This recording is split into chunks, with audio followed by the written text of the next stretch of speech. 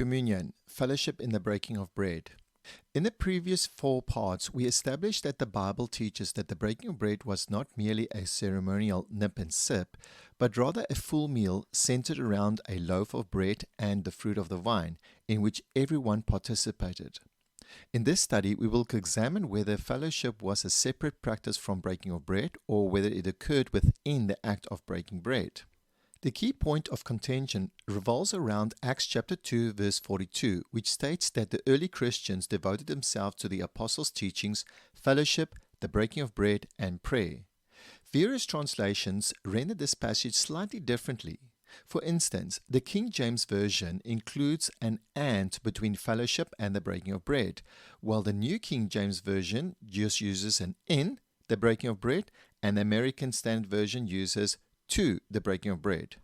Why do these differences exist?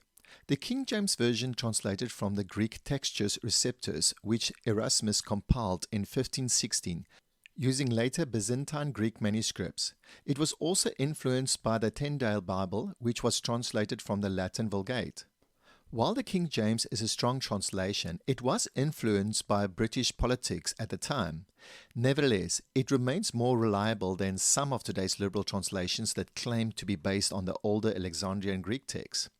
The New King James Version and American Standard Version, which is also a well-regarded translation, use the older Alexandrian Greek text when translating Acts chapter 2 verse 42.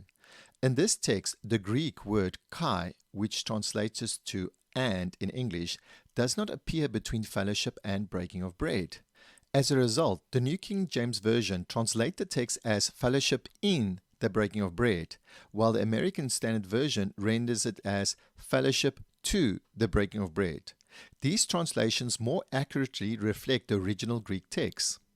The wording in Acts chapter 2 verse 42 that the early church had fellowship in the breaking of bread makes more sense when we understand the breaking of bread was a full meal.